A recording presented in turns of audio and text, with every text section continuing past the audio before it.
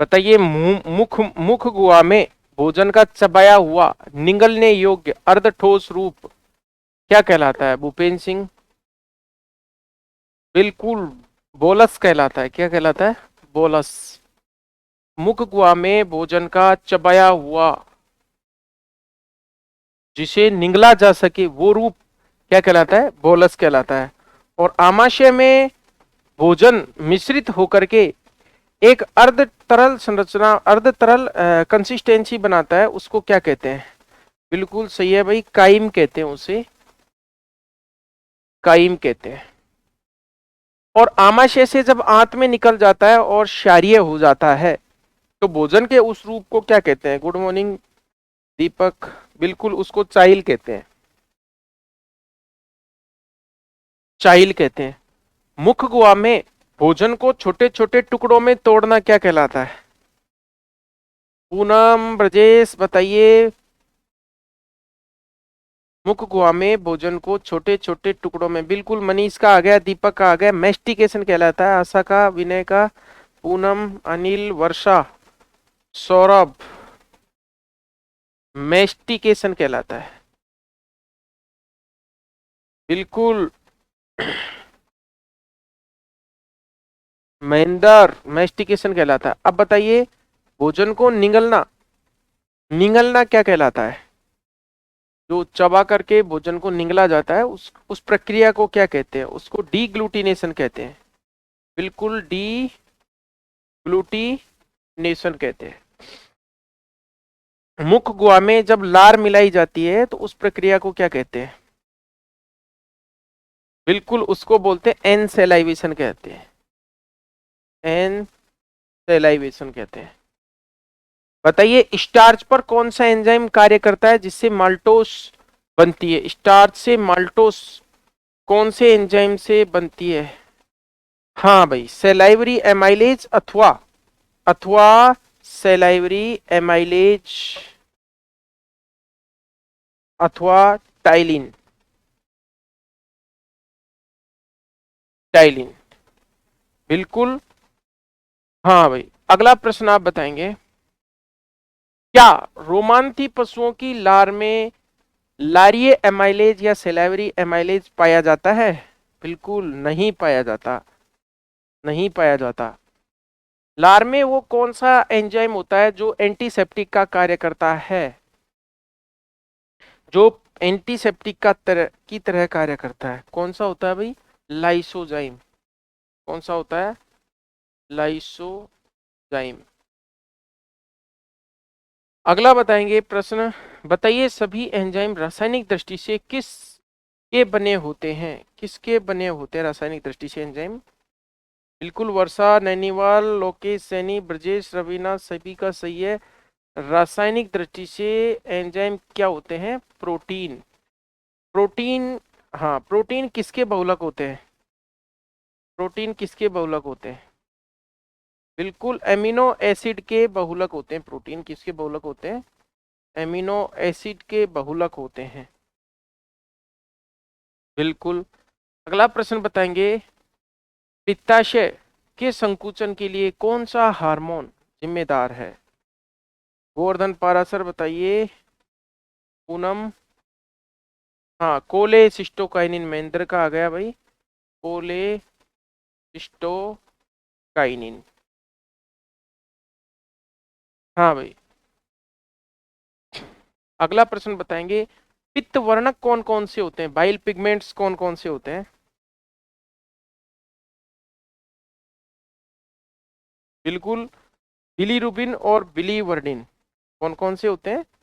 Bilirubin, बिल्कुल सही है, और बिलीवर्डिन। कौन से रोग में इनकी मात्रा बढ़ जाती है? बिलीरुबिन और बिलीवर्डिन की मात्रा कौन से रोग में बढ़ जाती है? बिल्कुल सही है ब्रजेश, जॉन्डिस या पीलिया।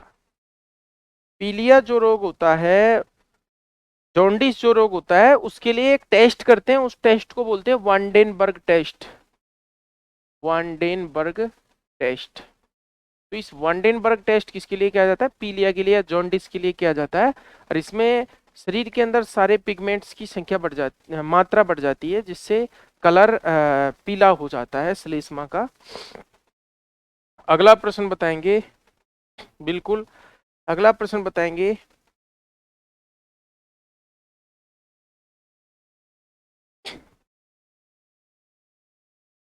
बायोयूरेट टेस्ट किसके लिए किया जाता है?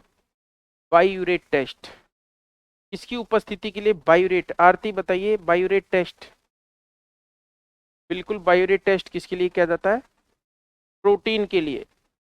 मोलिश टेस्ट किसके लिए किया जाता है? मोलिश टेस्ट, मोलिश टेस्ट, मोलिश टेस्ट किया जाता है, बिल्कुल मयंक सही है, कार्बोहाइड्रेट के लिए किया जाता है, कार्बोहाइड्रेट के लिए, कार्बोहाइड्रेट की पहचान के लिए मोलिश टेस्ट किया जाता है। और बेनिडिक्ट टेस्ट, बेनिडिक्ट टेस्ट बिल्कुल रिड्यूसिंग शुगर के लिए किया जाता है, हालांकि ये भी कार्बोहाइड्रेट ही होती है, ये भी कार्बोहाइड्रेट, आप ध्यान रख लो, के लिए किया जाता है, बिल्कुल सही है। हाँ, शर्करा, महेंद्र, आशीष, कुंडारा, बिल्कुल।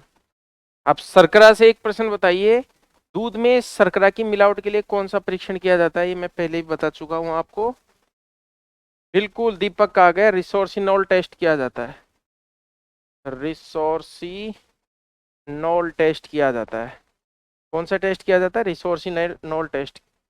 बिल्कुल। अगला प्रश्न आप बताएंगे, श्वसन किस प्रकार की क्रिया है? अपचयी है या उपचयी है? कैटाबोलिक है या एनाबोलिक है? श्वसन किस प्रकार की क्रिया है? मनीष, ब्रजेश आ गया भाई, कैटाबोलिक क्रिया है, कैटाबोलिक है यानी अपचयी क्रिया है, श्वसन अपचयी क्रिया है।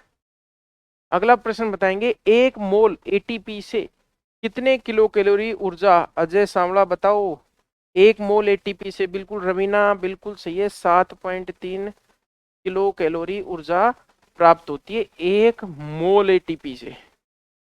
और बताइए, कोशिका की ऊर्जा मुद्रा किसे कहते हैं? एनर्जी करेंसी ऑफ सेल, कोशिका की ऊर्जा मुद्रा। अजय बिल्कुल सही है, सभी का, गोवर्धन, अनिल, वर्षा, विनय, आरती, आशीष, अंकित, मोहित, बिल्कुल एटीपी यानी एडिनोसिन ट्राइफॉस्फेट को कोशिका की ऊर्जा मुद्रा कहते हैं।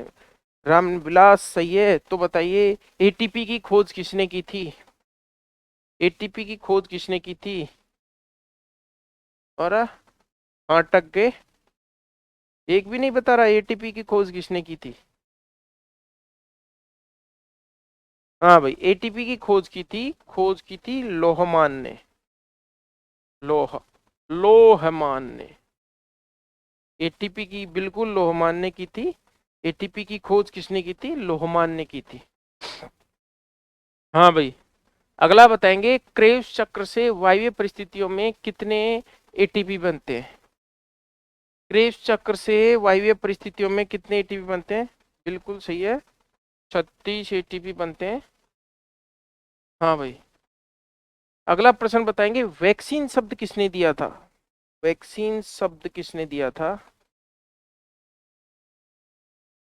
बिल्कुल एडवर्ड जेनर ने दिया था, Mahendra, Edward Jenner, Edward Jenner. और जो वैक्सीन शब्द है वो वैक्का से लिया गया है। वैक्का का मतलब क्या होता है? वैक्का का मतलब क्या होता है? बिल्कुल काऊ, काऊ। ये क्वेश्चन हमने पढ़ाया था, ये दूसरे दिन सर्दियों की बात है, उसमें पटवारी के एग्जाम में या आरएस में पूछा गया था। हाँ भाई। हाँ, पटवारी में पूछा गया था, बिल्कुल दीपक ने दे दिया।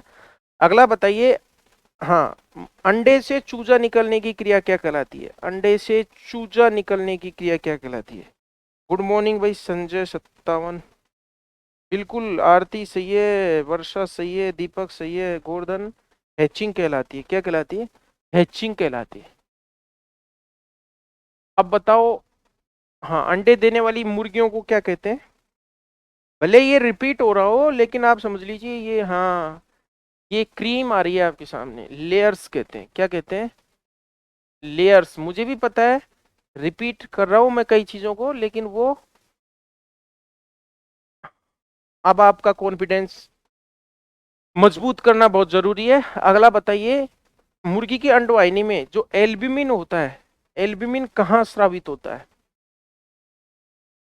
मुर्गी की अंडवाहिनी में जो एल्ब्यूमिन होता है वो कौन से भाग में स्रावित होता है? मैग्नम भाग में स्रावित होता है। हाँ भाई। अगला प्रश्न बताएंगे, यूरिक अम्ल के मेटाबॉलिज्म से कौन सा रोग हो जाता है? यूरिक अम्ल के उपापचय के गड़बड़ी से, यूरिक अम्ल के उपापचय में गड़बड़ी से कौन सा रोग हो जाता है? और अटक गए फिर। मयंक बिल्कुल सही है। गाउट, दीपक का भी सही है, गाउट यानी गठिया। अरे यूरिक अम्ल के उपापचय से गड़बड़ होने से यूरिक एसिड के क्रिस्टल जोड़ों में ये जमा हो जाते हैं, जिससे उठते बैठते समय पेन होता है, जिसको गठिया कहते हैं या गाउट कहते हैं। अगला बताइए, यूरिक अम्ल किसका उत्सर्जी पदार्थ है? बिल्कुल महेंद्र सही है, पक्षियों का है, पक्षियों का यूरिक अम्ल उत्सर्जी पदार्थ है मुख्य। तो बताइए, यूरिक अम्ल के उपापचय के लिए कौन सा तत्व आवश्यक होता है? कौन सा तत्व? बिल्कुल दीपक का आ गया, मोलिब्डेनम तत्व आवश्यक है यूरिक एसिड के मेटाबॉलिज्म के लिए। ये मोलिब्डेनम, बिल्कुल आशीष सही है। अगला प्रश्न बताइए आप, ऐसी मादा जिसका प्रथम प्रसव हुआ हो, प्रथम प्रसव हुआ हो, उसे क्या कहते हैं? बिल्कुल सही है, प्रीमी पैरा कहते हैं, प्रीमी पैरा कहते हैं। हाँ, प्रीमी पैरा। ऐसी मादा जिसने आज तक प्रसव नहीं हुआ हो या एक बार भी प्रसव नहीं हुआ हो, उसे क्या कहते हैं? बिल्कुल नल्ली, नल्ली पैरा कहते हैं, नल्ली पैरा कहते हैं। एक बार में एक बच्चा देने वाली मादा को क्या कहते हैं? बिल्कुल मोनोटोकस कहते हैं भाई, मोनोटोकस कहते हैं। और एक बार में कई सारे राखिया, कई सारे बच्चे, उसे क्या कहते हैं? पॉलीटोकस। बताइए भाई, स्वर यंत्र की या लेरिंग्स की कौन सी उपास्थि जो कि तितली की आकृति की होती है? बिल्कुल थायराइड, थायराइड बहुत बढ़िया। अंगूठी जैसी बताई दीजिए, अंगूठी जैसी, अंगूठी जैसी उपास्थि कौन सी है? उपास्थि पूछ रहा हूँ भाई, एटलस कौन लिख रहा है? अंगूठी जैसी कशेरुका का थोड़ी पूछ रहा हूँ मैं, उपास्थि पूछ रहा हूँ। हाँ, उपास्थि या कार्टिलेज है क्रिकोइड, क्रिकोइड कार्टिलेज जो होती है लेरिंग्स की, वो अंगूठी जैसी होती है। बताइए भाई, पत्ती की आकृति की कौन सी होती है? पत्ती जैसी, पत्ती जैसी कौन सी होती है? एपिग्लोटिस। और बताइए, ग्रासनाल का जो छिद्र होता है जिसमें भोजन प्रवेश करके आमाशय में पहुंचता है, उस छिद्र को क्या कहते हैं? बिल्कुल मयंक का बहुत फास्ट आंसर आ गया, उसे गलट कहते हैं, उसे गलट कहते हैं जिस क्षेत्र से भोजन प्रवेश करता है। हाँ, तो बताइए, शरीर का ट्रैफिक पुलिसमैन किसे कहते हैं? शरीर का ट्रैफिक पुलिसमैन, शरीर का ट्रैफिक पुलिसमैन कौन? हाँ बिल्कुल, एपिग्लोटिस को, एपिग्लोटिस को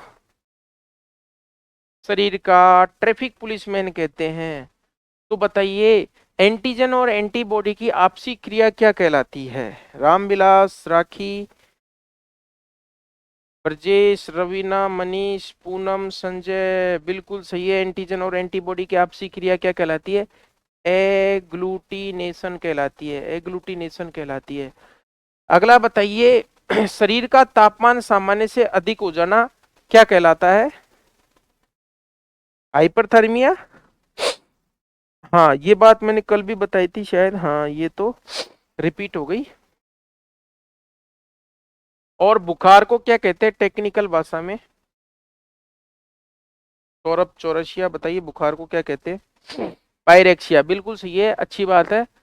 बताइए, बलदेव पशु मेला कहाँ आयोजित किया जाता है? बलदेव पशु मेला कहाँ आयोजित किया जाता है? प्रॉपर जगह बता दो भाई। मेड़ता सिटी, नागौर। बताइए, गोमती सागर पशु मेला।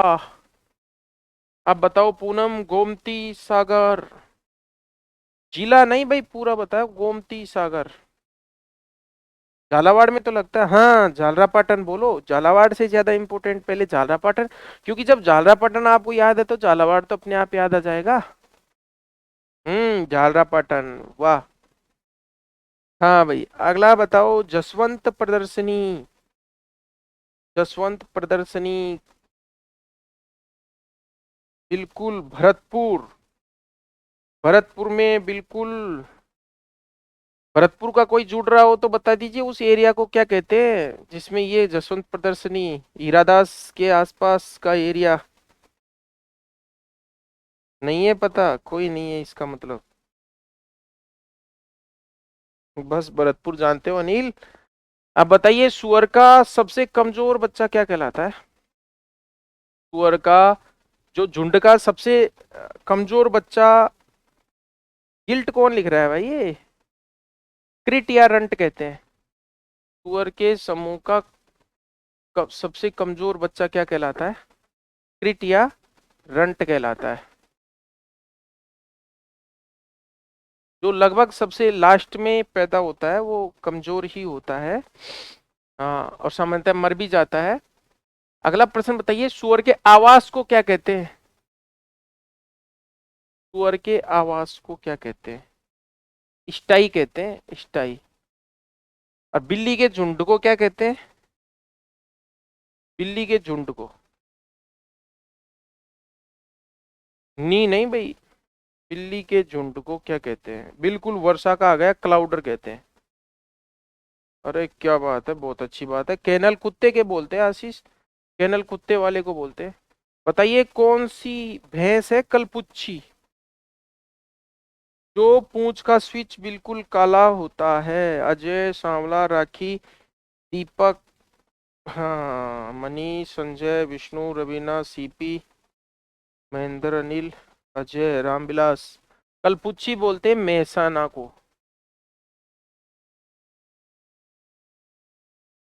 कलपुच्छी किसको बोलते हैं? मेहसाना को। बताइए, बकरियों की जर्सी किसे कहते हैं? बकरियों की जर्सी। बकरियों की जर्सी। एंग्लो नुबियन, बिल्कुल सही है। Anglo Nubian. और बकरियों की दूध की रानी। दूध की रानी किसे कहते हैं? बिल्कुल सानेन को। और सानेन का उत्पत्ति स्थल कहाँ है? सानेन का उत्पत्ति बिल्कुल वर्षा। सानेन का उत्पत्ति स्थल कहाँ है? स्पेन नहीं है भाई, स्विट्जरलैंड है। अरे एक ने एस लिख दिया, उसको एस को देख करके स्पेन लिख रहे हो क्या आप? वाह वाह वाह, इसका मतलब नकल। स्वीट क्या दीपक, मैं समझा नहीं, स्वीट क्या होता है भाई? स्विट्जरलैंड, हाँ बिल्कुल सही है। अरे पर ये ऐसे नकल क्यों करते हैं बच्चे? अरे मैं ये नहीं पूछ रहा आपको मेरिनो का उत्पत्ति स्थल कहाँ है। अगर पूछूं तो बताओ, देखे मेरिनो का उत्पत्ति स्थल कहाँ है? हाँ महेंद्र, सही है, स्पेन। लेकिन वहां एस फॉर स्विट्जरलैंड था, ना कि एस फॉर स्पेन। बताइए भाई, पंचायती राज। पंचायती राज कौन से जिले से शुरू हुआ राजस्थान में या भारत में? पंचायती राज भारत में कौन से जिले से शुरू हुआ? बिल्कुल नागौर। नागौर से हुआ। और साल बता दीजिए। हाँ, 2 अक्टूबर। बिल्कुल सही है, 2 अक्टूबर 1959। भाई जीके के हिसाब से नहीं पूछ रहे हम, एक्सटेंशन के हिसाब से पूछ रहे हैं, बिल्कुल बगतरी। हाँ भाई। अगला प्रश्न बताएंगे आप। केवीके की शुरुआत कब हुई? केवीके कब शुरू हुआ? केवीके की पूछिए भाई, केवीएस नहीं पूछा। केवीके 1974 है। हाँ भाई। अब केवीएस बता दो। की विलेज स्कीम। केवीएस बता दो अब। बिल्कुल 1952। हाँ, ग्रामीण विकास की प्रयोगशाला किसे कहते हैं? ग्रामीण विकास की प्रयोगशाला किसे कहते हैं? ग्रामीण विकास की प्रयोगशाला किसे कहते हैं? अजय, गलत। गलत, संजय गलत, मनीष गलत। अरे पंचायती राज को, विपुल पारासर सही है भाई, पंचायती राज को। दीपक का भी सही है, पंचायती राज को ग्रामीण विकास की प्रयोगशाला कहते हैं, ग्रामीण विकास की प्रयोगशाला कहते हैं। अगला प्रश्न बताएंगे। हाँ भाई, एक सबके लिए और सब एक के लिए किसका सिद्धांत है? One for all and all for one, सहकारिता का। अजय बिल्कुल सही है, कोऑपरेटिव का या सहकारिता का सिद्धांत है? सहकारिता का सिद्धांत है, एक सबके लिए और सब एक के लिए। हाँ भाई, बताइए ग्रामीण युवाओं को रोजगार देने के लिए कौन सी एक स्कीम चलाई गई थी? ग्रामीण युवाओं को रोजगार देने के लिए, बिल्कुल ट्राइसेम, बिल्कुल सही है Vipul, TRYSEM. Training for of rural youth for self employment. अगला प्रश्न बताएंगे, बुकलेट में कितने पेज होते हैं? बुकलेट में, बिल्कुल सौरभ बताइए, बुकलेट में कितने पेज होते हैं? बुकलेट में लगभग, हाँ, 20 से 50 पेज होते हैं। हाँ भाई, 20 से 50 होते हैं, सही है। अगला बताइए, पोस्टर की आदर्श साइज कितनी होनी चाहिए? पोस्टर की साइज, पोस्टर कितने बाई कितने सेंटीमीटर का आदर्श माना जाता है? बिल्कुल सही है भाई, आ गया 50x75। और पोस्टर की जो एबीसी होती है उसका मतलब क्या होता है? पोस्टर की एबीसी होती है, उसका मतलब क्या होता है? बिल्कुल आशा, अट्रैक्टिव, ए का मतलब अट्रैक्टिव, बी का मतलब, हाँ ब्रजेश के तीनों आंसर आ गए, मयंक के भी आ गए। Attractive, brief and clear. Attractive, आकर्षक होना चाहिए पोस्टर, ब्रीफ होना चाहिए, संक्षिप्त होना चाहिए, और क्लियर होना चाहिए। अरे भाई, पोस्टर एक विजुअल प्रकार का एड होता है, देख दृश्य सामग्री होती है नॉन प्रोजेक्टेड के अंदर, और जिसको देख करके हम लगा ले अंदाजा कि ये कौन सी पिक्चर लगी हुई है या कौन सी बात के बारे में कहना चाहता है ये। अगला बताइए, CSWRI का मुख्यालय कहाँ है? CSWRI कहाँ है? बिल्कुल अविका नगर, बिल्कुल मालपुरा टोंक में CSWRI है। हाँ भाई, शॉर्ट में ही पूछ लेते हैं। हाँ, अगला बताइए, काजरी कहाँ है? काजरी और आफरी एक ही जगह है दोनों, एरिड फॉरेस्ट रिसर्च इंस्टीट्यूट और काजरी central arid zone research institute, ये दोनों एक ही जगह है। बिल्कुल जोधपुर में ही है, स्थापना भी लिख रहे हैं कई बच्चे तो। अगला प्रश्न बताएंगे आप। हाँ आरती, अगला प्रश्न बताएंगे आप, सर्वाधिक एमाइलेज, सर्वाधिक एमाइलेज किसकी लार में होता है?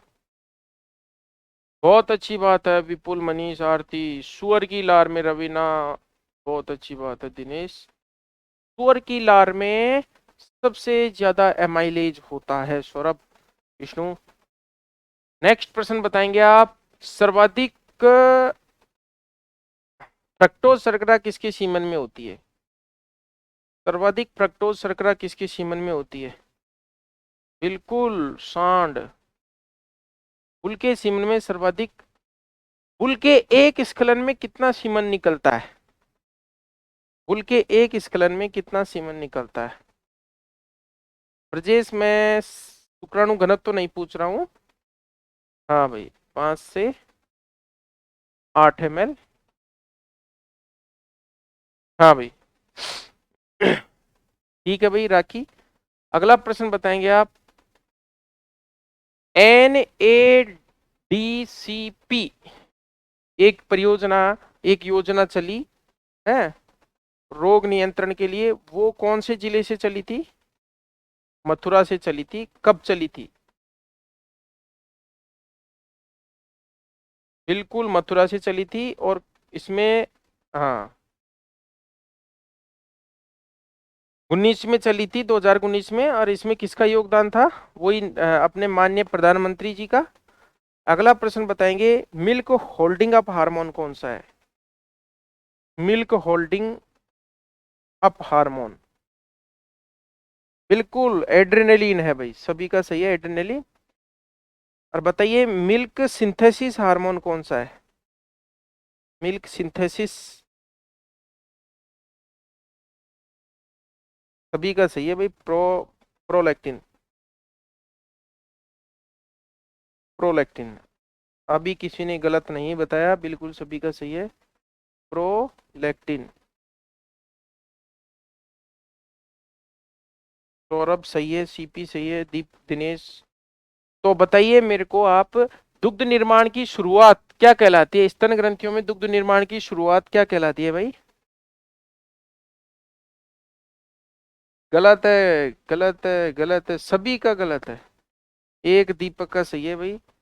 हाँ भाई, क्या कहलाती है? लैक्टोजेनेसिस।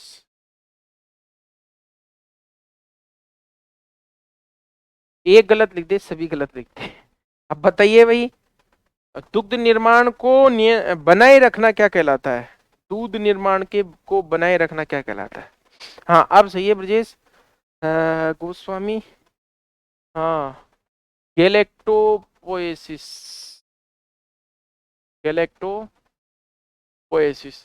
बताइए 1 ml दूध के निर्माण के लिए कितना रक्त, अरे वाह राखी जीपी, हाँ भाई कितना रक्त घूमता है?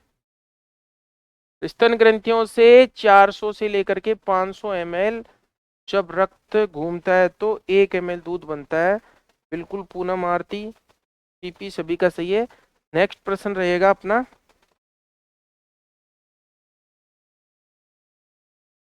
घोड़ी में कितनी स्तन ग्रंथियां होती, कितनी स्तन ग्रंथियां होती हैं घोड़ी में? बिल्कुल। अरे ये चार कौन बता रहा है? अभी भी ये गलत करते हो आप। घोड़ी में कितनी स्तन ग्रंथियां होती है भाई? दो। सुमन बोरा। अगला प्रश्न आप बताएंगे, शरीर की रासायनिक फैक्ट्री किसे कहते हैं? शरीर की रासायनिक फैक्ट्री, बिल्कुल लीवर को बोलते हैं, यकृत को बोलते हैं। बताइए, हाँ अब बताइए ऊंटनी में कितनी स्तन ग्रंथियां होती हैं ऊंटनी में? बिल्कुल कुंडारा, बिल्कुल 4। नेक्स्ट प्रश्न बताएंगे, ये जो स्तन ग्रंथियां होती हैं, मेमोरी ग्लैंड्स होती है, वो कौन सी ग्रंथियों का रूपांतरण है? किन ग्रंथियों का रूपांतरण है? मॉर्निंग सुनील बताइए। बिल्कुल श्वेत ग्रंथियों का रूपांतरण है। कौन सी ग्रंथियों का? स्तन ग्रंथियां कौन सी ग्रंथियों का रूपांतरण है? श्वेत ग्रंथियों का या स्वेट ग्लैंड्स का रूपांतरण है। नेक्स्ट प्रश्न बताएंगे, प्रथम खोजा गया अमीनो अम्ल कौन सा? प्रथम खोजा गया एमिनो एसिड, बिल्कुल सही है, एस्पार्जिन। एस्पार्जिन जो अमीनो अम्ल था, वो प्रथम खोजा गया अमीनो अम्ल था। बताइए किस देसी नस्ल का दुग्ध काल सबसे लंबा होता है? किस देसी गाय की नस्ल का, किस देसी गाय की नस्ल का दूध काल सबसे लंबा होता है? बिल्कुल सही है, गिर का दुग्ध काल सबसे लंबा होता है 325 दिन। बहुत अच्छी बात है। कौन सी गाय की नस्ल इंटेलिजेंट एक्सप्रेशन वाली होती है, देखने में बुद्धिमान लगती है? इंटेलिजेंट एक्सप्रेशन वाली कौन सी होती है? रेड सिंधी। वाल आइज किस किस भैंस की होती है? वाल आइज, वाल आइज मतलब आंखों के चारों ओर जो सफेद घेरे होते हैं, वाल आइज किसकी होती है? नीली रावी की होती है भाई। अरे वो सोती हुई नहीं पूछ रहा मैं, सोती हुई होती है जाफराबादी की। नींद में जो आंख होती है, सोती या नींद वाली जो आंखें होती हैं, वो होती हैं जाफराबादी।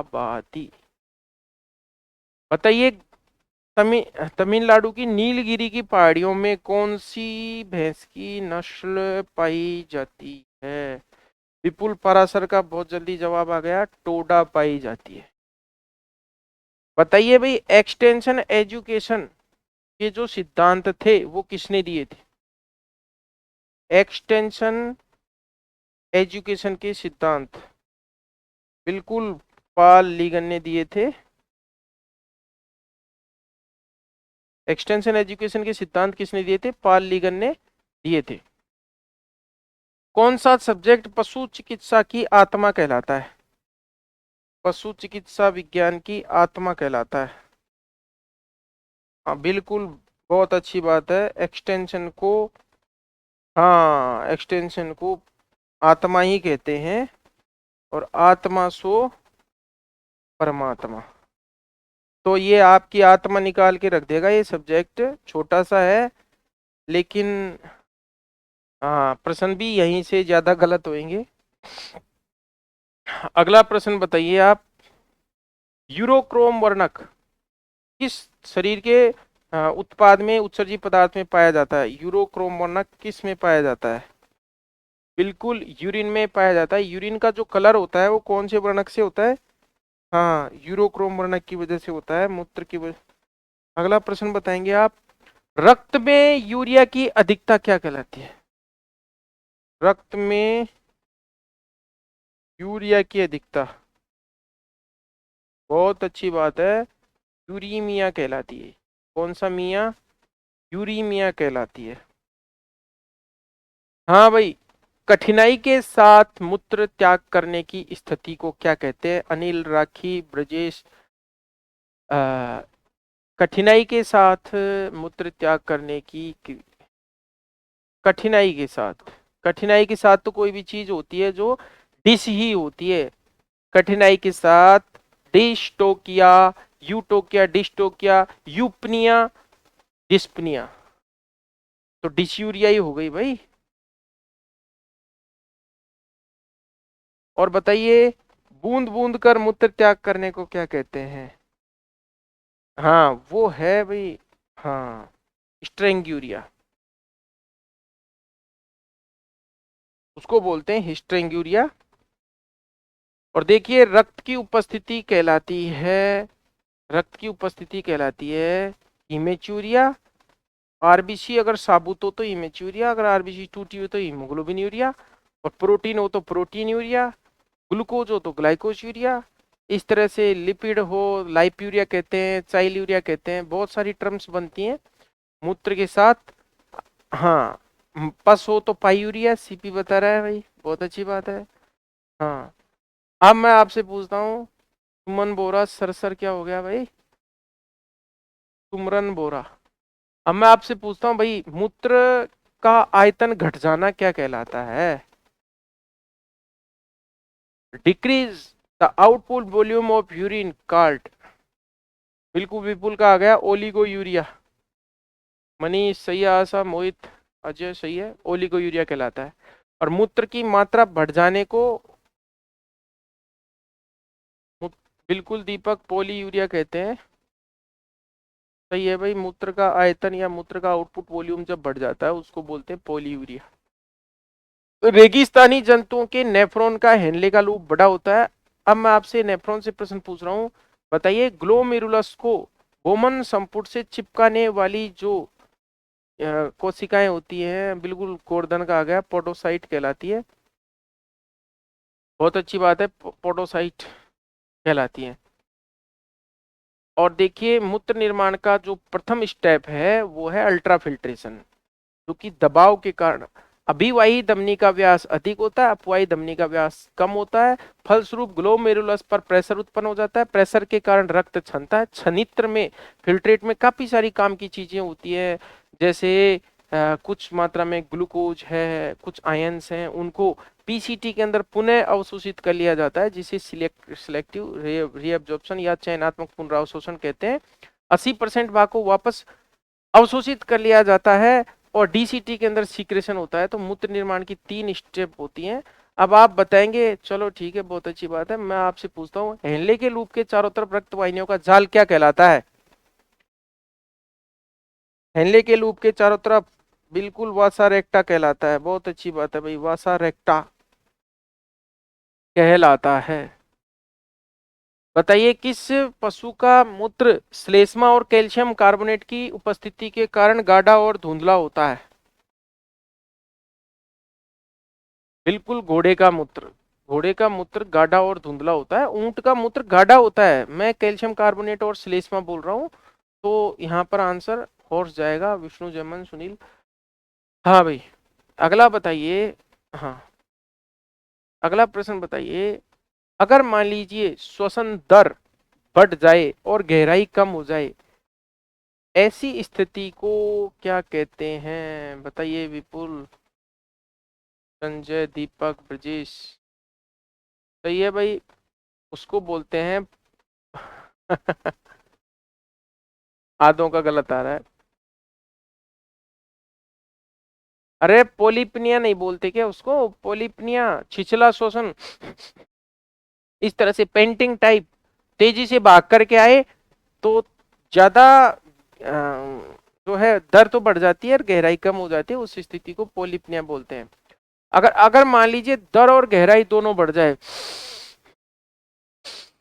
तो इसको बोलते हैं हाइपरपनिया।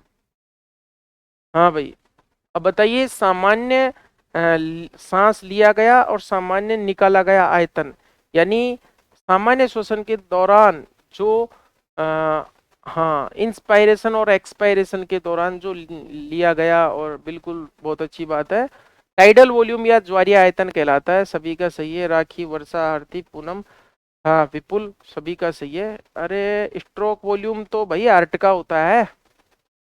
एक धड़कन में जो खून पंप करता है विपुल, कहीं न कहीं कंफ्यूजन है आपको।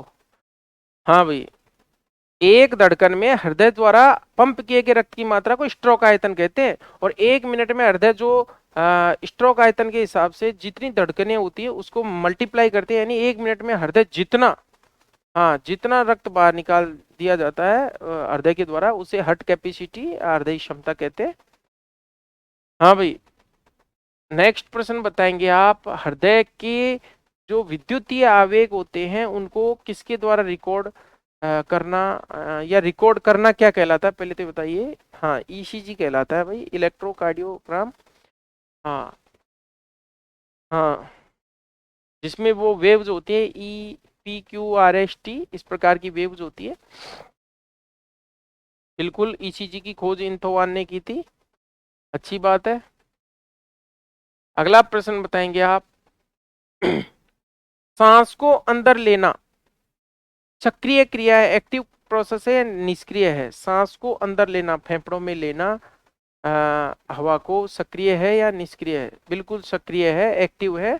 और बाहर निकालना है जो पैसिव है, निष्क्रिय है। अब मैं प्रश्न ये नहीं पूछ रहा, ये पूछ रहा हूं कि बताइए शरीर में तापमान के नियंत्रण का केंद्र कौन सा होता है? तो ये भाई हाइपोथैलेमस होता है। पॉन्स को कैसे बता रहे हो? हाइपोथैलेमस भूख, ताप, प्यार, ईर्ष्या, मोह, घृणा, प्रेम, नफरत, जो भी है, इन सब का केंद्र कौन सा होता है? हाइपोथैलेमस होता है। संतुष्टि का केंद्र, तृप्ति का केंद्र, मोहमाया का केंद्र, सही है भाई। सबका केंद्र कौन सा होता है? हाँ, और श्वसन का केंद्र होता है मेडुला ऑब्लांगेटा का, पॉन्स। बिल्कुल, अच्छी बात है। हाँ भाई, अगला प्रश्न बताएंगे आप। जो रूमिनेंट पशु होते हैं वो कौन सी गैस का उत्सर्जन करते हैं अपने रूमन से? कौन सी गैस? पूनम, सीटीजेड तो भाई का होता है, उल्टी का। हाँ, कौन सी गैस का उत्सर्जन करते हैं? बिल्कुल, मेथेन और कार्बन डाइऑक्साइड गैस दोनों ही उत्सर्जित करते हैं, और दोनों ही ग्रीन हाउस इफेक्ट पैदा करने वाली गैसें हैं। मेथेन और कार्बन डाइऑक्साइड दोनों ही। इसमें मेथेन ज्वलनशील होती है। रूमन के अंदर मेथेन कितना प्रतिशत होती है? हाँ भाई, मेथेन 25 होती है। अरे 65 35, क्या कर रहे हो ये? हाँ भाई,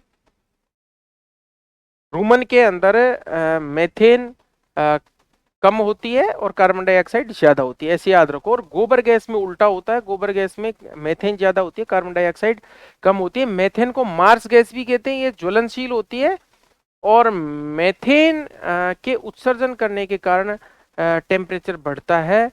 अब मैं प्रश्न यहाँ से पूछ रहा हूँ आपसे, रुमन से या पशु के द्वारा मुख द्वारा जो गैसों को रिलीज करना क्या कहलाता है? जो गैसें निकलती रहती है सामान्य डकार के द्वारा, जो गैसें निकलती रहती है, बिल्कुल सही है भाई। हाँ, बेल्चिंग या इरुक्शन कहलाता है। अरे भाई, सामान्य डकार को इरुक्शन कहते हैं, जो बलपूर्वक डकार होती है उसको क्या बोलते हैं भाई? बलपूर्वक डकार को क्या कहते हैं? उसको बेल्चिंग कहते हैं। देखिए, हाँ, एक तो होता है सामान्य डकार, सामान्य रूप से जो गैस बाहर निकलती है उसको इरुक्शन मैकेनिज्म कहते हैं। इरुक्शन, इरेक्शन नहीं, इरेक्शन तो पेनिस का होता है, इसको तो बोलते हैं हर्षण हिंदी में, हर्षण। इरुक्शन मतलब गैस बाहर निकालना सामान्य रूप से, या इसको आप बेल्चिंग भी कह सकते हो। अब अगर मान लीजिए यही क्रिया बलपूर्वक की जाए तो उसे रेचिंग कहते हैं। रेचिंग, जबरदस्ती डकार ली जाए तो उसको क्या कहते हैं? रेचिंग कहते हैं। अगला प्रश्न बताएंगे, बदियाकृत सुअर को क्या कहते हैं आप? बदियाकृत सुअर को क्या कहते हैं भाई? महेंद्र का आ गया, वर्षा का आ गया, हॉक कहते हैं भाई। बदियाकृत सुअर को क्या कहते हैं? हॉक कहते हैं। बताइए, वसा का आर क्यू कितना होता है? वसा का आर क्यू बताइए। अजय, मनीष, बिल्कुल राखी सही है। अजय, ब्रजेश, सुनील, 0.7, 7 नहीं भाई, 0.7। और कार्बोहाइड्रेट का आर क्यू कितना होता है? गोवर्धन सही है, 1 होता है। आरती, राखी सही है, 1 ही होता है कार्बोहाइड्रेट का आर क्यू। आर क्यू का मतलब होता है श्वसनीय गुणांक या रेस्पिरेटरी कोएफिशिएंट। हाँ भाई। तो अब बताइए, 1 ग्राम वसा से कितना मेटाबॉलिक वाटर निकलता है? 1 ग्राम वसा से कितना मेटाबॉलिक वाटर निकलता है? बिल्कुल, बहुत अच्छी बात है, 1.1 ml।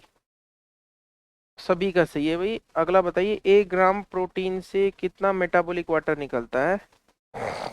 पूनम सही है, 0.4 ml। बताइए, 1 ग्राम कार्बोहाइड्रेट से बता दो। बिल्कुल सही है, 0.6 ml। अगला प्रश्न बताएंगे आप,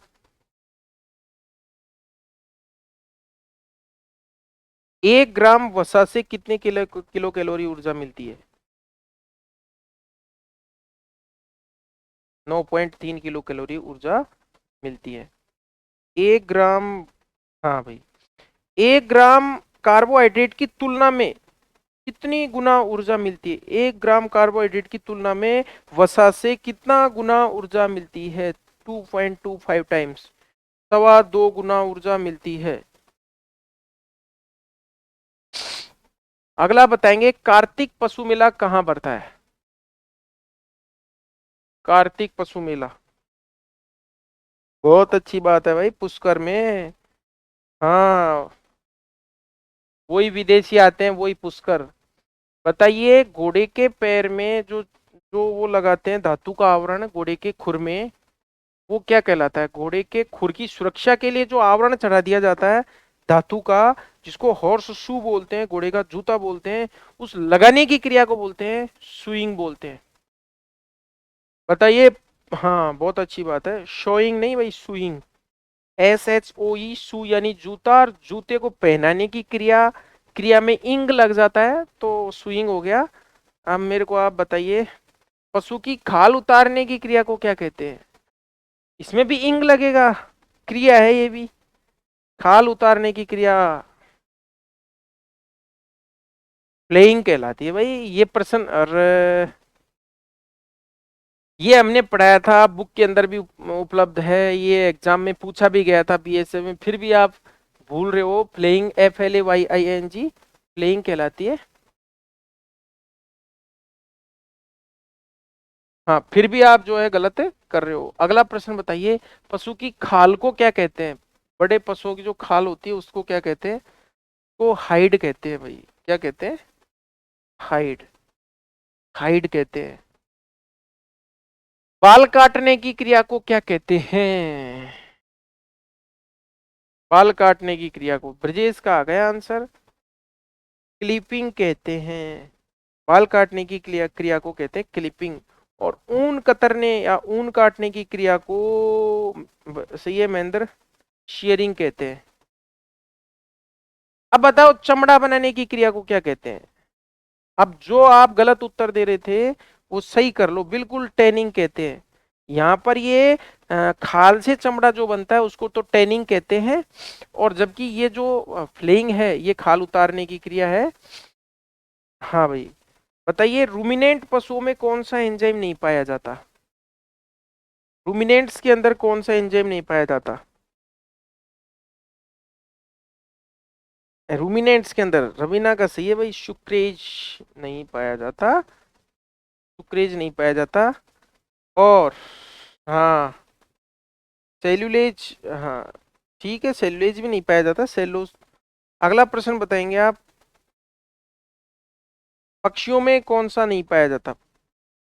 पक्षियों में कौन सा नहीं पाया जाता? रवीना का आ गया लैक्टेज। लैक्टेज एंजाइम नहीं पाया जाता, यानी पक्षी दूध का पाचन नहीं कर पाते। हाँ भाई। अगला प्रश्न बताएंगे आप, गोगा मेडी पशु मेला कहाँ पड़ता है? गोगा मेडी। गोगा मेडी पशु कहाँ पड़ता है भाई? नौहर हनुमानगढ़ में। कहाँ पर? नौहर हनुमानगढ़ में। और मल्लीनाथ पशु मेला, मल्लीनाथ पशु मेला बिल्कुल तिलवाड़ा बाड़मेर में भरता है। तो वीर तेजा जी कहाँ पड़ता है? वीर तेजा जी,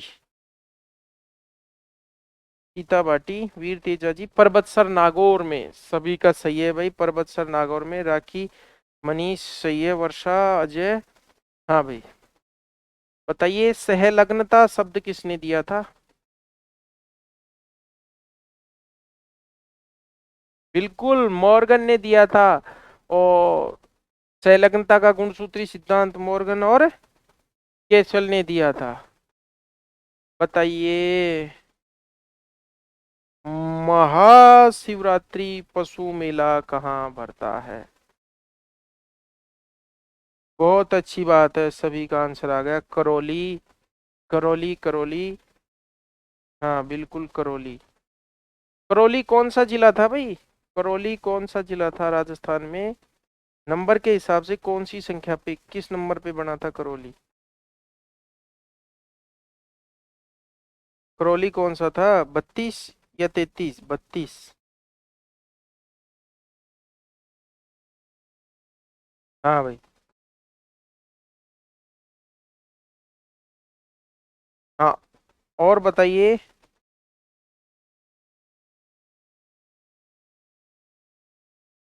हाँ, बताइए किसके शिष्य को फेलस कहते हैं? फेलस। बिल्कुल, मुर्गे के पेनिस या पक्षियों के पेनिस को क्या कहते हैं? फेलस कहते हैं। अगला प्रश्न बताएंगे आप, गद्दीदार जो पैर वाले पशु है वो किस समूह में शामिल किए जाते हैं? मुर्गा बता भाई, गद्दीदार पैर वाले, हाँ टाइलोपेडा में। टाइलोपोडा में। टाइलोपोडा में गद्दीदार पैर वाले जो पशु है, महेंद्र सही है, टाइलोपोडा में शामिल किए जाते हैं गद्दीदार पैर वाले जो पशु है। बताइए आरसीडीएफ की स्थापना कब हुई थी? आरसीडीएफ की स्थापना, विपुल सही है भाई, 1977 या 98 में, कौन बता रहा है भाई? गोवर्धन। अरे वो आरएलडीबी की है, आरएलडीबी। गोवर्धन भाई कंट्रोल। बताइए रक्त में नाइट्रोजनी पदार्थों की अधिकता क्या कहलाती है? रक्त में नाइट्रोजनी अब पदार्थों की अधिकता, वाह बहुत अच्छी बात है, एजोटेमिया कहलाती है। एजोटेमिया कहलाती है। बहुत अच्छी बात है। अगला बताइए, मूत्र बनना बंद हो जाना या मूत्र त्याग बंद हो जाना क्या कहलाता है? मूत्र की अनुपस्थिति क्या कहलाती है? आप तो ये बताइए। महेंद्र सही है भाई। एन्यूरिया क्या कहलाती है? एन्यूरिया। अब मैं आपको चित्र बना रहा हूं, बताइए ये जो चित्र है आंत में किस प्रकार की रुकावट का है? दिया गया चित्र, हालांकि ऐसे पूछेगा नहीं, लेकिन आपकी तैयारी का पता चल जाएगा भाई। बिल्कुल सही है। वोल्वुलस, वोल्वुलस का चित्र है। अगर मैं इस चित्र को ऐसे बना दूं तो बताएंगे आप किसका चित्र? हाँ, टेलीस्कोपिंग का है भाई, ये टेलीस्कोपिंग का है। हाँ भाई, अगर इस तरह से बना दूं तो यहाँ पर ये स्ट्रेंगुलेशन का है, ये स्ट्रेंगुलेशन का है। ये टेलीस्कोपिंग दूरबीन की तरह, ये वोल्वुलस, ये आंतों में रुकावट हो जाती है भाई। इंटेस्टाइनल ऑब्स्ट्रक्शन नहीं दिख रहा आरती? कोई बात नहीं, अब हम बताते हैं आपको। हाँ भाई, अगला प्रश्न बताएंगे आप। मिल्क चैंपियन किस बकरी को कहते हैं? Milk champion.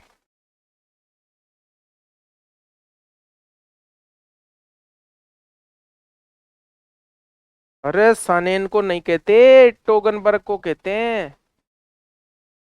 ये अलग अलग जो शब्द बने हैं, अलग अलग बकरियों के लिए बने हैं। दूध की रानी अलग, ये सब अलग है।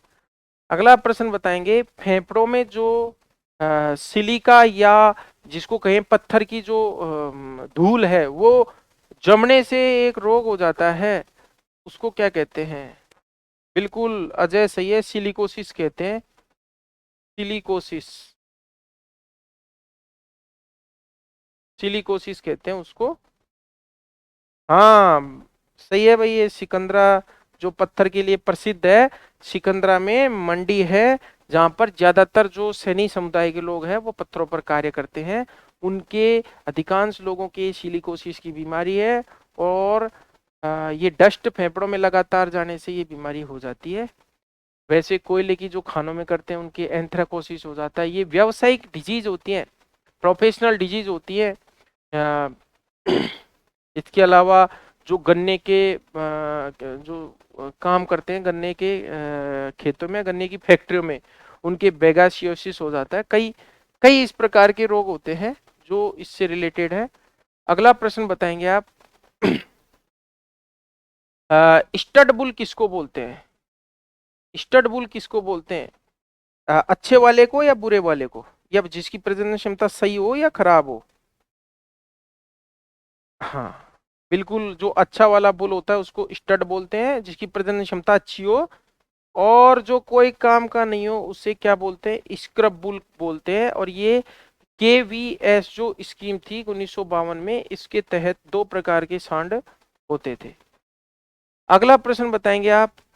हाथी के टस्क किसके रूपांतरण है?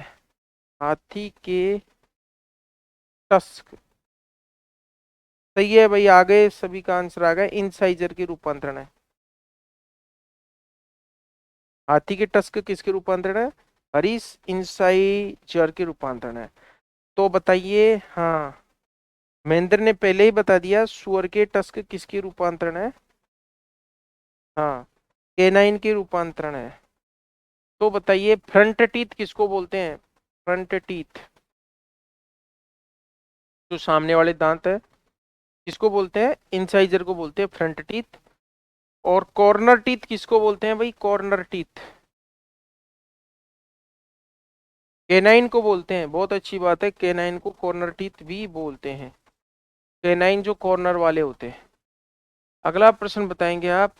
भारत में एक्सटेंशन के फादर कौन से हैं? Extension, father of extension in India, India में बिल्कुल कपोल दांत बोलते हैं इनको। हाँ, doctor KN Singh, doctor KN Singh.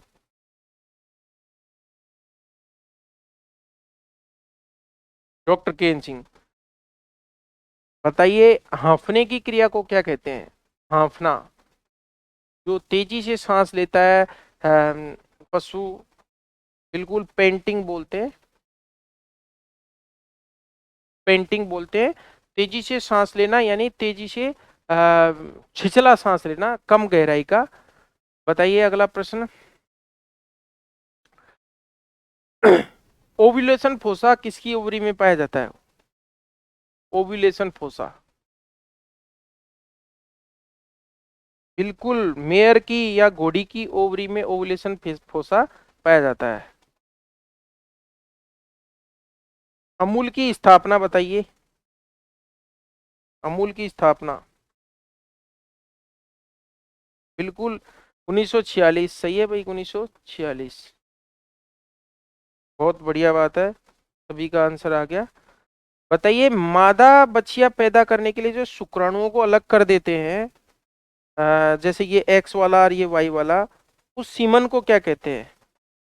शुक्राणु को विद्युत की, हाँ सीड सीमन नहीं भाई, सेक्स्ड सीमन,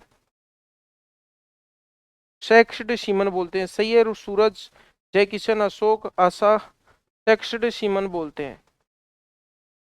बताइए बधियाकृत मुर्गा क्या कहलाता है? ऐसा मुर्गा जिसको कई बार रासायनिक विधि से, कई विधियों से बधिया कर दिया जाता है। हाँ अरे वाह कैपन।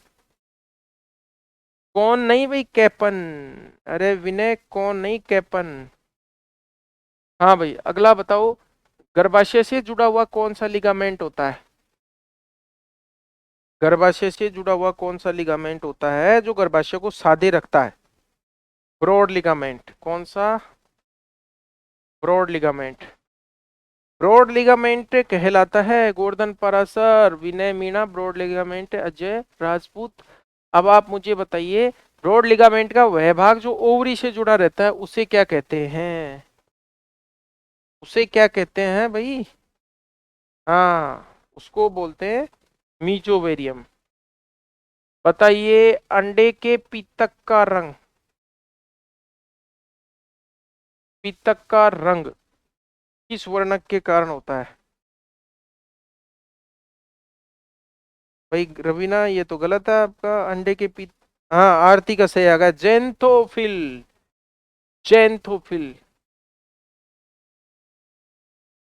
जेंथोफिल्स के कारण अंडे के पीतक का रंग होता है। पूनम सही है। हाँ जो मक्का से मिलता है उसको। उत्तक की स्थानीय मृत्यु क्या कहलाती है? उत्तक की स्थानीय मृत्यु, हाँ भाई लोकल डेथ ऑफ टिश्यू क्या कहलाती है? सभी का सही है, नेक्रोसिस। नेक्रोसिस। और शरीर का नीला पड़ जाना क्या कहलाता है? शरीर का नीला पड़ जाना क्या कहलाता है? हाँ भाई सही है भाई, साइनोसिस कहलाता है, साइनोसिस। साइनोसिस कहलाता है। और बताइए पशु के सामान्य चाल चलन को क्या कहते हैं? चलने, सामान्य चाल चलन या चलने के व्यवहार को क्या कहते हैं? बिल्कुल ब्रजेश का बहुत अच्छा आंसर आ गया, गेट कहते हैं भाई। गेट, क्या बोलते हैं उसको? गेट बोलते हैं। बताइए श्वसन दर का घटना क्या कहलाता है? श्वसन दर का घटना क्या कहलाता है?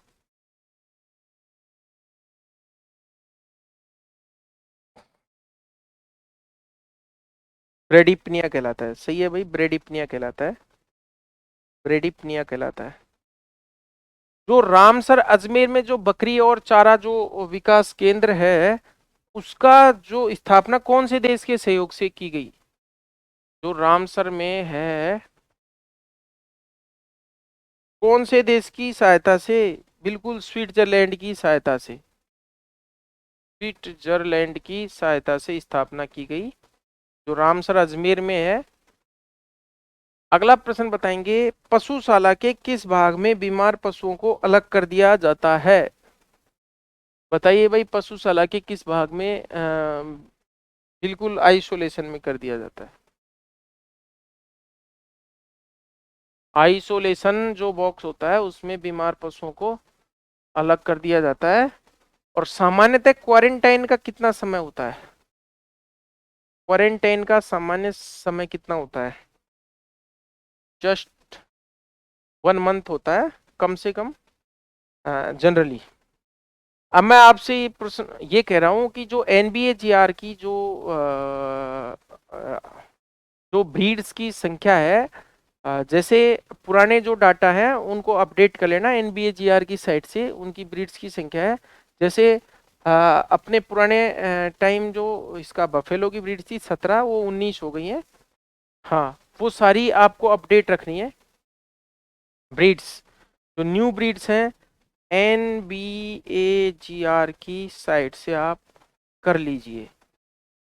अब बताइए भाई, हाँ, टर्किश टाउल लाइक जो स्ट्रक्चर होती है वो किस रूम, अरे क्या उत्तरी बता दिया मैंने तो, रूमन, हाँ बिल्कुल सही है, रूमन। और हनीकॉम्ब किसकी आंतरिक सतह जो होती है, हनीकॉम्ब किसकी होती है, रेटिकुलम की। हाँ भाई, अगला बताइए, मैनीप्लाइज किसको बोलते हैं, मैनीप्लाइज। बिल्कुल ओमेजम को बोलते हैं। ओमेजम में श्लेष्मा के फोल्ड होते हैं कई सारे, 80 से 100 जो फोल्ड होते हैं वो पन्ने की तरह दिखते हैं, इसलिए इसको बूचर्स बुक भी बोलते हैं, उसको बूचर्स बाइबिल भी बोलते हैं। कसाई की बाइबिल या किताब जैसी संरचना दिखती है ओमेजम। ठीक है, अब बताइए, माऊ या रेनेट बैग किसे कहते हैं, माऊ या रेनेट बैग, माऊ या रेनेट बैग किसको कहते हैं। हाँ भाई, मनीष सही है, मोहित, सौरभ, पूनम, हरीश, वर्षा, सीता, राखी, दीपक, आरती, एबोमिज्म कोई बोलते हैं भाई। सही है भाई, एबोमिज्म कोई बोलते हैं। और जो छोटे बछड़ों में जो रेनिन है, रेनिन की प्राप्ति या रेनेट की प्राप्ति एबोमिज्म से ही की जाती है। अब आप बताइए मेरे को, सीकम की सूजन क्या कहलाती है, सीकम की सूजन क्या कहलाती है। टाइफलाइटिस कहलाती है, बहुत अच्छी बात है, टाइफलाइटिस कहलाती है। मसूड़ों की सूजन क्या कहलाती है, जिंजीवाइटिस कहलाती है। नाक से खून आना क्या कहलाता है, नाक से खून आना। दीपक, अजय, वर्षा, अजय सही है भाई, अनिल पाटीदार, रवीना, पूनम, एपिटैक्सिस ही कहलाता है। अरे नक्कारी क्या लिख रहा है भाई विनय, नक्सीर, एपिटैक्सिस लिखो आप, तो एपिटैक्सिस पूछा गया प्रश्न है। कान से जो स्राव बहता है या कान से मवाद निकलना या कान बहना, इसके लिए कौन सी टर्म है, ओटोरिया, सही है भाई, ओटोरिया, ओटोरिया बिल्कुल। राइनोरिया किसको बोलते हैं, राइनोरिया, बिल्कुल, नाक बहना राइनोरिया। हाँ, और दस्त लगना क्या कहलाता है, डायरिया। यानी रिया मतलब सिक्रेशन, सीबोरिया सीबम का स्राव बढ़ना है, जैसे यूफोरिया है आंखों से बहुत ज्यादा आंसू आना, तो ये कई हाँ भाई, कई समस्याएं होती हैं, इनकी टेक्निकल जो है। अगला प्रश्न बताएंगे, वे रासायनिक पदार्थ जो शरीर, हाँ एपिफोरा, जो शरीर को ऊर्जा प्रदान नहीं करते, वे रासायनिक पदार्थ जो शरीर को ऊर्जा प्रदान नहीं करते और पोषक तत्व की तरह कार्य नहीं करते, पोषक तत्व की तरह कार्य नहीं करते और बाह्य पदार्थ होते हैं।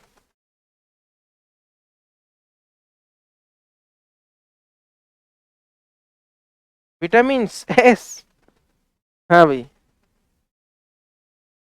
हाँ बाह्य पदार्थ होते हैं, तो ये कहलाते हैं जीनोबायोटिक्स, जीनोबायोटिक्स। हाँ, विटामिन्स में भी ये बात आ सकती है कि खाद्य पदार्थों में उपस्थित वे पदार्थ जो शरीर की मेटाबॉलिक क्रियाओं के लिए जिम्मेदार होते हैं और ऊर्जा प्रदान नहीं करते हैं, तो लेकिन ये जीनोबायोटिक्स वाली टर्म्स भी आप ध्यान रख लेना आप। हाँ भाई, अगला प्रश्न बताएंगे, शटल प्रोग्राम किसके लिए चलाया गया था, शटल प्रोग्राम अपनी बुक के अंदर है भाई। शटल प्रोग्राम किस बीमारी के नियंत्रण के लिए, बिल्कुल सही है, कॉक्सीडियोसिस, कॉक्सीडियोसिस, कोक्सीडियोसिस के लिए शटल प्रोग्राम। और एक और है stumping out policy, stamping out policy, जिसके तहत पूरे जानवरों को मार दिया जाता है या नष्ट कर दिया जाता है। रानीखेत नहीं है भाई। स्टाम्पिंग आउट बर्ड फ्लू के लिए सभी पक्षियों को मार दिया जाता है, उसके क्रिया उसको बोलते हैं, हाँ स्टम्पिंग आउट पॉलिसी बोलते हैं उसको। हाँ मर्डर कर दिया जाता है भाई। ये बीएफ कौन लिख रहा है भाई? अब बताइए। हाँ, प्रसव से पहले जो दुग्ध ग्रंथियों का स्राव क्या कहलाता है? प्रसव से पूर्व दुग्ध ग्रंथियों से जो स्राव आता है उसे क्या कहते हैं? अजय का आ गया भाई, वैक्सीन कहलाता है। वैक्सीन कहलाता है जो स्राव आता है। अगला प्रश्न बताइए, कौन सी जो कशेरुकाएं हैं वो क्राउब भाग बनाती है? शरीर में जो पृष्ठ सतह का क्राउब भाग है वो कौन सी? हाँ सैक्रम से बनता है। सैक्रम जो है वो क्राउब भाग बनाती है। सैक्रम ये जैसे हम्प है, हम्प के बाद ये लॉइन, लॉइन के बाद ये क्राउब, क्राउब के बाद ये पूंछ आ जाती है। ये उठा हुआ भाग कहलाता है क्राउब, ये कहलाता है लॉइन। लॉइन और ये कहलाता है हम्प। हाँ भाई, दोनों सींगों के बीच की जगह को क्या कहते हैं? सींगों के बीच की जगह को क्या कहते हैं? क्या बोलते हैं भाई? पोल बोलते हैं, पोल। और हाँ N+2 तो आप जानते होंगे, N+2 जो कि सींग की वलय के आधार पर उम्र का निर्धारण करना, वो N+2। पशु के द्वारा मिट्टी खाना क्या कहलाता है? मिट्टी खाने की बुरी आदत को क्या कहते हैं भाई? बिल्कुल सही है, जियोफेजिया कहलाता है। अरे पूनम, पिलोफेजिया नहीं, बाल खाना कहलाता है पिलोफेजिया। बताइए फादर ऑफ एक्सटेंशन कौन है? फादर ऑफ एक्सटेंशन, सिर्फ मैंने एक्सटेंशन बोला है भाई, सिर्फ मैंने एक्सटेंशन बोला है, फादर ऑफ एक्सटेंशन जेम्स स्टीवार्ट है भाई, जेम्स स्टीवार्ट। और फादर ऑफ एक्सटेंशन एजुकेशन अगर मैं बोलूँ तो आपको बोलना है, हाँ जेपी लीगन। हाँ अब बोलना है आपको जेपी लीगन।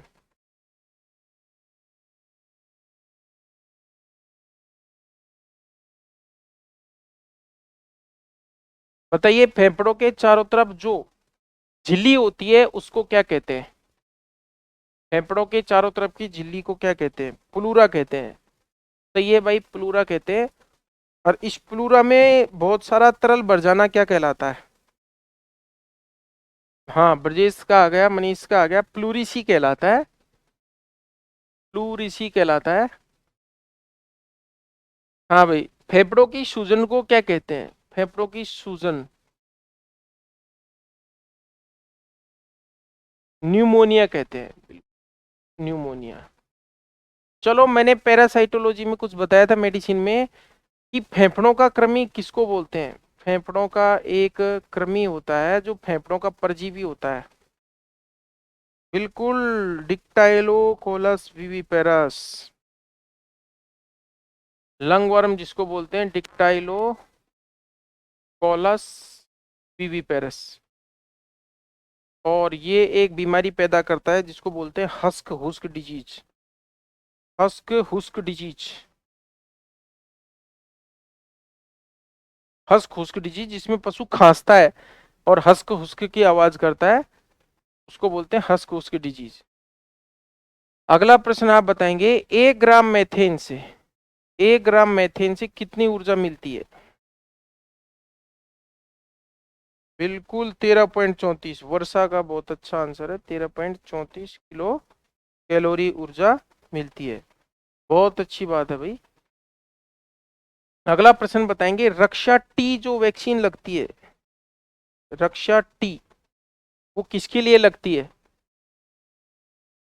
हाँ थैलेरियोसिस के लिए लगती है भाई, रक्षा रक्षा टी जो वैक्सीन होती है वो थैलेरियोसिस के लिए लगती है। बिल्कुल।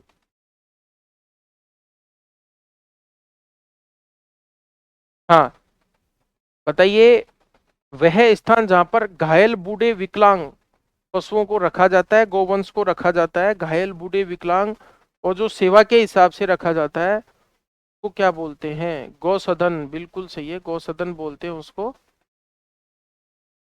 हाँ, अगला प्रश्न बताएंगे, क्या गौशाला से दूध उत्पादन किया जा सकता है क्या?